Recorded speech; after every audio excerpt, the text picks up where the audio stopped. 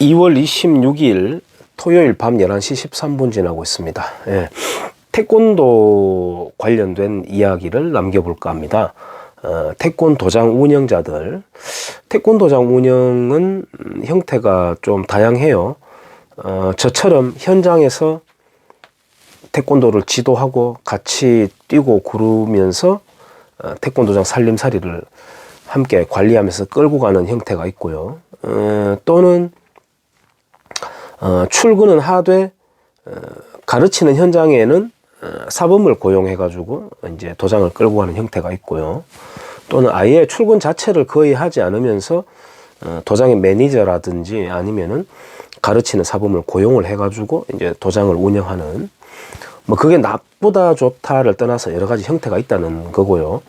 그러한 태권도장 운영자들과 공유할 내용이고, 조금 넓게 보자면은 이 땅의 모든 자식을 양육하는 부모들 또는 교육자들도 함께 고민해 볼 내용이 안 되겠나 싶어서 제가 남깁니다.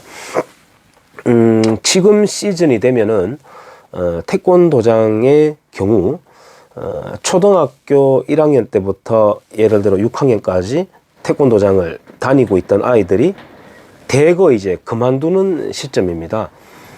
왜냐하면은 중학교에 진학하면서 태권도장 따위는 다닐 시간이 없게 되거든요. 그래서 입시학원으로 올라가야 되기 때문에 입시학원에 등록을 하게 되면은 밤 11시, 11시 반 뭐 이때까지 공부를 하게 되니까 태권도장 다닐 시간이 도저히 나지를 않는 거죠. 간혹 부지런한 아이들은, 태권도장 주변에 사는 아이들은 잠시라도 금방 왔다가 운동 좀 하고 돌아가는 경우가 있지만, 그 정도까지 무리를 해가면서 도장을 다니고자 하는 의지를 가진 아이는 거의 잘 없죠. 특히나 그 의지는 그걸 스폰하고 물질적이든 정신적이든 스폰하는 부모들과 잘 이제 연관이 되어야 되는 일이기 때문에 좀 어려운 일이죠. 근데 그것도 6학년까지 다니다가 그만두는 경우도 오래 다닌 경우에 사실은 요즘은 한 1, 2, 3학년까지 예체능을 하고 4, 5, 6학년 때부터는 이제 바로 그 입시학원에 준하는 학원들로 이제 올라가기 때문에 더 빨라집니다. 그렇게 태권도장을 이제 접고 다른 이제 공부 쪽으로 올라가는 경우가. 근데 저는 태권도장을 계속 다닌다고 하는 것이 선수를 해야 된다. 태권도 선수라 하면은 이제 태권도 경기 겨루기 파트가 있고요, 품새 파트가 있습니다만은, 저는 태권도장 운영 초창기 때는 두 파트 다 나름대로 한번 그런 쪽으로도 양성해 보려고 막 했는데, 지금은 전혀 하지 않고 있습니다. 그쪽으로는 뭐 선수라든지 이런 쪽 양성은. 왜냐하면은 그것이 나중에 결국 아이들에게 취업이라든지 이런 데 도움이 전혀 안 된다는 것을 제가 완전히 깨달았기 때문에 차마 나는 그것을 아이들에게 권유하지는 못하겠더라고요. 그렇다고 해서 그러한 형태를 하고 있는 사람들을 제가 비하하지는 않습니다. 또한 그런 형태로 꿈을 추구하면서 땀을 흘리고 의지력을 기르고 하는 것이 나중에 인생에서 어떤 또 그 사람에게 이바지를 할지, 그 수련생에게 이바지를 할지는 모르는 이기 때문에 저는 그게 정답이다 아니라는 말을 하는 게 아니라, 취업만을 놓고 볼 때는 시간을 많이 낭비하게 되는 부분이 있기 때문에 저는 개인적으로 그런 형태를 이제 지향하지는 않습니다만, 제가 추구하는 태권도를 해야 되는 당위성은 따로 있습니다. 뭐 그것은 제 철학이기 때문에 뭐 여기서 이야기할 필요는 없고, 다만 제가 이야기하는 것은 진학을 앞둔 학생들의 학원 취사 선택에 따른 그 구조를 말하는 거예요. 사회적인 구조, 인식, 그걸 말하는 건데, 지금 이거는 조금 폭넓게 생각해야 되는 게 이런 문제가 있습니다. 먼저 공교육은 기능을 다 하고 있는 것인가? 이 질문에 대해서 공교육 관계자들은 내심 어떤지는 모르겠습니다만 겉으로는 절대로 자기들의 취약성을 아마 인정하지 않으려고 할 것이고요. 뭐 그건 제가 거기에 종사한다고 하더라도 똑같은 입장일 겁니다. 아마 학부형들이라든지 학생들 입장에서는 할 수 없어서, 어쩔 수 없어서 학교라는 곳을 다니고 있는 경우가 굉장히 많을 겁니다. 가장 근본적으로는 졸업장 때문인 것이죠. 어쨌든 내 아이가 초등학교, 중학교, 고등학교를 패스했다라고 하는 졸업장을 득하기 위한 것이죠. 그래서 조금 글쎄요, 극단적으로 치부를 하자면은 졸업장 카르텔로 유지되고 있는 것이 공교육이다. 저는 뭐 그렇게 보기도 합니다. 지금 병설 유치원만 하더라도 공공 유치원과 민간 유치원 사이에는 굉장한 예산의 그 괴리가 있거든요. 한 2배 가까이 넘을 겁니다. 예를 들어서 병설 유치원, 공공 유치원이 1인당 국가에서 투입되는 돈이 100만 원이 넘어요. 100만 원. 구체적인 금액이 이제 110인가 120 정도 될 겁니다. 한 달에. 그리고 학부모가 부담하는 게 2만 원인가 아마 그것밖에 안 될 거예요. 그러면은 그 부담하는 수요자는 2만 원으로 인식을 합니다. 나머지 100만 원이 넘는 돈이 투입되고 있다는 것을 감각하지 못해요. 민간 어린이집에 보내는 경우에는 그것보다 절반의 금액이 들어가지만 수요자가 부담해야 되는 금액이 한 20만 원 가까이 되죠. 그러면은 그 수요자는 20만 원으로 감각을 합니다. 그럼에도 불구하고 민간 유치원을 선호를 하죠. 질적으로 높기 때문에. 그만큼 경쟁력이 약하다는 겁니다. 공공이라고 하는 이름이. 학교도 마찬가지예요. 시설비 이런 거 다 치우고 인당 머릿수만큼 교육 예산만 1년에 120, 130, 140 초중고 약간 차이가 납니다만 그만큼 투입이 됩니다. 얼마나 큰 돈입니까 그게. 1년만 하면 1,몇백만 원이 넘어가잖아요. 만약에 졸업장 카르텔만 아니라면 자, 이 돈을 연간 들어가는 1,000만 원 넘는 돈을 학부모에게 주겠다. 아이들 밥 먹이고 과목 선택해서 민간 학원, 사설 학원 선택해서 다니라고 하면은 못할까요? 지금 코로나라고 하는 이 시국을 보내면서 처음에는 학업 성취도 중간층에 있는 아이들이 밑으로 내려앉았지 않습니까? 그리고 상층에 있는 아이들은 계속해서 과외를 통해서 유지를 하니까 오히려 학업 성취도가 높아졌다는 거죠. 근데 그것마저도 시간이 좀 더 지나고 보니까 내려앉았던 아이들이 오히려 더 올라가더라는 거죠. 학교 다닐 때보다. 왜? 학원을 선택하면서 궁여지책을 마련하는 거죠. 즉 다시 말해서 중간보다 더 올라갈 수 있는 가능성의 아이들이 학교에 붙잡혀 있었다라는 결론이 나오는 거죠. 그러면 학교 존재 이유는 뭐죠? 아이들을 평준화시키고 있었던 것밖에 안 되지 않습니까? 그러니까 제가 공교육에 대해서 실효성에 대해서 늘 의심하고 제 나름대로는 뭐 거의 결론적인 결과를 내리고 있습니다만 좀 극단적으로 표현하면은 공교육은 없어져야 된다는 생각을 갖고 있습니다. 세금 덩어리거든요, 지금. 그냥 세금 쓰는 덩어리가 되어 있습니다. 그리고 저기에 우수한 인력들이 저기서 썩고 있다. 그 사람들 개인 인생도 뭐 안락하고 편안한 삶을 계속 유지하고자 하는 게 꿈일지는 모르겠는데 국가적으로도 너무나도 큰 손실이다. 그래서 저 사람들을 민간 영역으로 꺼내가지고 더욱더 활발하게 사회를 이끌어가는 동력이 되도록끔 해야 된다. 그렇게 하기 위해서라도 역시나 공교육을 없애야 된다라고 하는 그런 생각을 저는 갖고 있습니다. 그래서 공교육의 실효성에 대해서는 저는 그렇게 생각하고 있고, 그 다음 두 번째는 우리 학부형들도 좀 덜 솔직한 게, 약간 비겁한 게 교육 평준화를 계속 원하거든요. 근데 평준화 원하는 사람들이 미치도록 입시학원에 애를 보내거든요. 그거는 왜 그렇죠? 그러니까 야, 다 힘들지. 돈 들어가고 등골 휘어주고 너도 밤 늦게까지 공부해야 되고 다 힘들잖아. 우리 이 짓을 왜 하느냐. 다 같이 하지 말자. 자, 그래서 평준화 하자. 평준화 관철되지 않은 이상은 우리 계속 학원 보낼 거야. 이거 아니겠습니까? 그거잖아요. 그러니까 지금 이렇게 돼 있는 겁니다. 실효성도 없는, 생산성도 없는 공교육에다가 세금 무지막지 들어가게 하면서 자녀를 거기다가 아침부터 온종일 붙잡아 놨다가 나오자마자 다시 입시학원에 딱 보내는 겁니다. 다시. 근데 이것은 평준화라고 하는 것을 주장하기 전에 대한민국은 이미 진로 선택, 직업 선택의 자유가 충만한 나라입니다. 충만한 나라입니다. 누구도 강요하지 않았거든요. 본인들의 선택에 의해서 만들어낸, 그러면서 공교육에 대한 개혁에 대한 요구도 그다지 뜨겁지 않습니다. 있다고는 하지만 아직 그다지 뜨겁진 않습니다. 그건 그거대로 놔두는 거죠. 왜? 건보료 조금 내면서 자기가 의료 쇼핑하면서 고마움을 못 느끼는 파렴치한이 돼 있는 것처럼 공교육만 돌아가는 거, 썩어 있는 거 대충 알지만 당장 내 돈 들어가는 것 같지는 않다라고 여겨버리는 거죠. 사실상 그것도 맞는 게 개인이 내는 세금보다도 대기업이 대부분 감당하고 있습니다.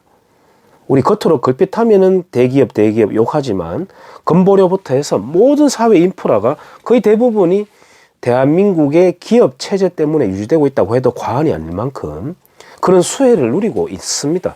그러니까 건보료가 사람의 도덕적 해이에 빠뜨리는 거하고 똑같은 원리로 공교육에 대해서도 아이고 막 그냥 내버려 놔버라. 뭐 저거 뭐 다 학교 출근하고 해먹겠지. 아이고 뭐 교육 예산 많이 쓴다고 하는데 아이고 뭐 알았다. 놔둬버라. 관심 없는 겁니다. 그러니까 각 시민 레벨에서 사회 개혁에 대한 갈망이 굉장히 저조하다.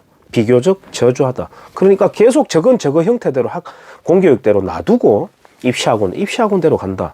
너무나도 웃기지 않습니까? 식당 가서 밥 사 먹고 난 뒤에 다시 다른 식당 가는 사람 있습니까? 없잖아요. 급식소에서 밥 먹고 다시 나와가지고 밖에 있는 식당에 밥 먹으러 갑니까? 안 가잖아요. 유독 대한민국 유일하게 학교 가서 공부한다고 하루 종일 앉아있다가 나와가지고 또 학원을 간단 말이에요.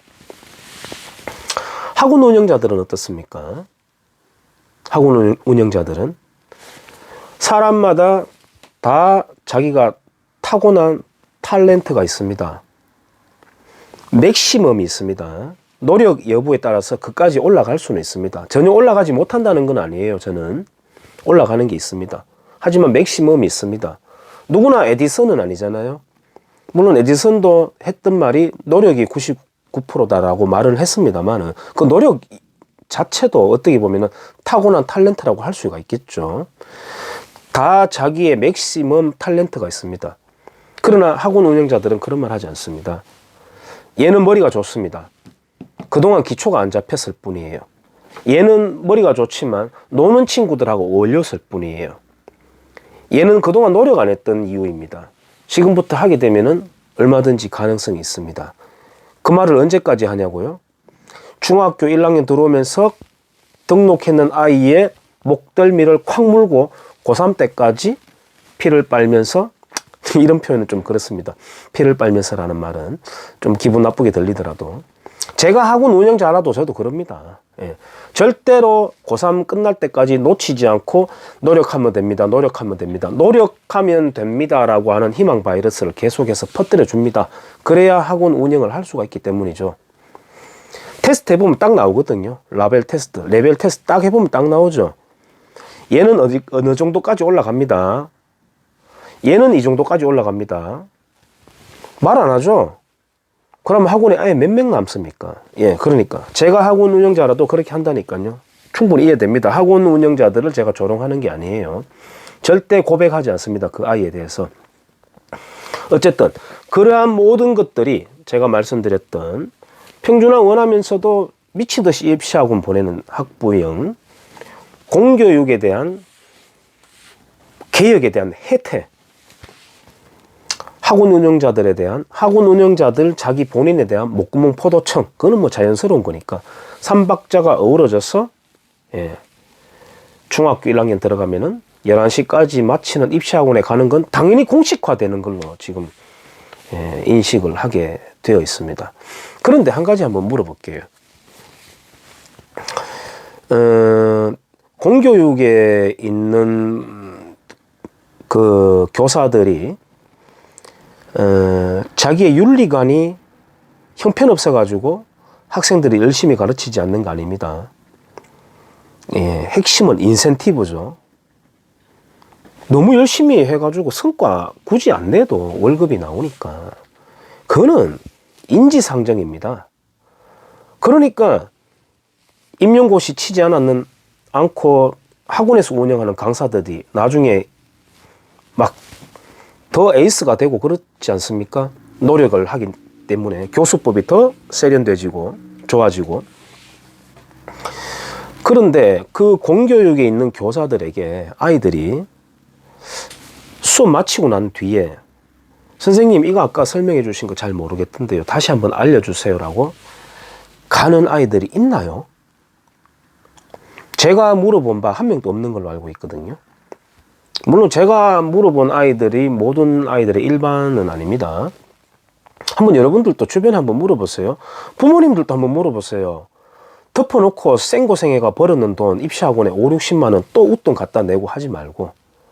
물론 저는 아까 말씀드렸듯이 공공유치원이다 민간유치원이다 제가 비교를 했지 않습니까?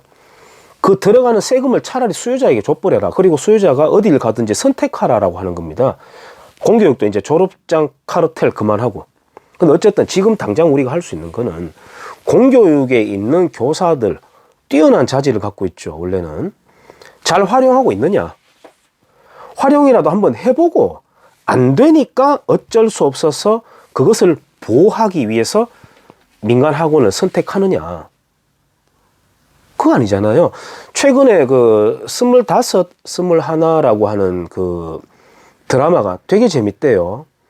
이제 뭐 3탄까지인가요? 4탄까지 했는 걸로 알고 있는데, 제가 거기에 보니까 굉장히 실력파 시나리오 작가가 붙은 것 같아요. 그래서 저도 넉넉히 한 번씩 재밌게 요즘 보고 있습니다만은, 거기에 보니까 펜싱 팀을 감독하는 그 여성의 대사가 나오는데, 제가 지금 영상에 한번 붙여볼게요. 저 선생님, 나이도 평가전 때문에 단독 훈련 시키시는 거예요?